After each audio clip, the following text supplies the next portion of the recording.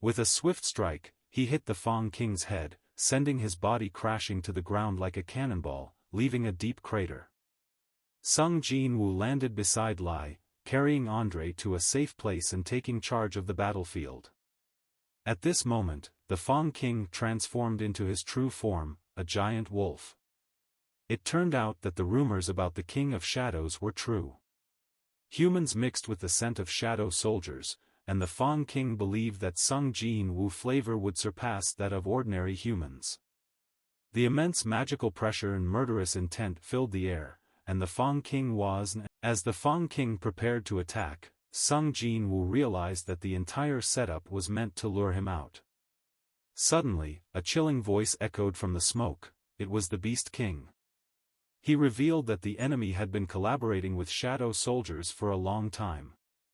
A crimson-black figure slowly emerged behind Sung Jinwoo, asking if he could devour the human and #039's corpse since he had always been curious about the taste of a king. Sung Jinwoo now understood that everything was a trap to draw him out. Soon, multiple warnings indicated the presence of powerful enemies, the Snow Lord, the Beast King, and the Insect Lord, all of whom had been lying in wait. Surrounded by enemies, the three kings' bodies emitted blinding magical energy, shooting beams into the sky and creating a blood-red portal. It was evident they were summoning their shadow soldiers. In response, Sung Jinwoo's shadow expanded rapidly, unleashing his own soldiers to attack the three kings. However, with all three being kings of equal rank, the odds were heavily stacked against him.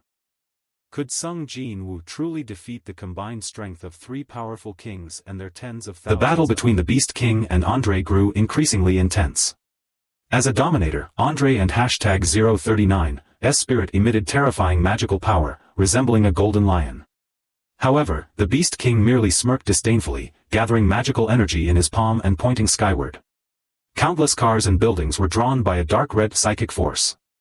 With a wave of his hand, these wreckages were hurled toward Andre. Though the golden lion was engulfed in steel, Andre casually struck the debris away like cannonballs. Yet, under the Beast King and #039's psychic control, the fragments kept coming, relentlessly bombarding Andre until he was consumed by the steel wreckage. At that moment, a powerful storm of magical energy erupted from Andre and #039's location, pulling the Beast King toward him. Andre had activated his dominator powers, tightly grabbing the Beast King and #039's collarbone with a grip that amplified his strength several times. He shattered the debris surrounding him and pulled the Beast King closer. As the Beast King approached, Andre unleashed his full force, driving his fists into him and pounding him deep into the ground. Then, channeling his dominator energy into his right fist, Andre unleashed rapid, machine gun-like punches on the Beast King and #039's face. However, Andre suddenly felt uneasy. Despite landing so many hits, he sensed that he had no chance of winning. A glaring red light flashed in the Beast King and #039's eyes, and with his psychic force, he stopped Andre and #039's fists mid-air. Grabbing Andre and #039's fist, he sneered, and quote, "Have you hit enough? Now it and #039's my turn," and quote. As he rose, his black fur gradually turned snow white. He smirked and said, and quote, "Did you think only you could transform?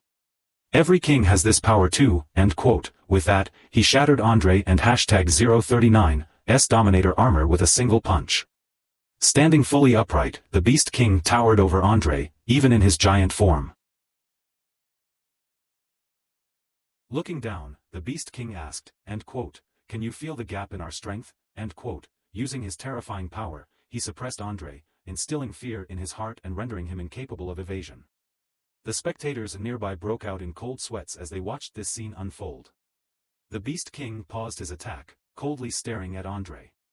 Then, he reached behind him, pulling out a hidden shadow warrior and instantly eliminating it. Afterward, he grabbed Andre once again, slamming him violently into the ground with a single hand. Opening his massive jaws, he prepared to devour Andre alive. At the critical moment, a green energy beam suddenly shot out, striking the Beast King and #039's head and interrupting his attack.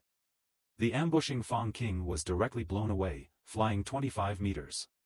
It was Lai, the Empire and #039 strongest, who took action. As a senator,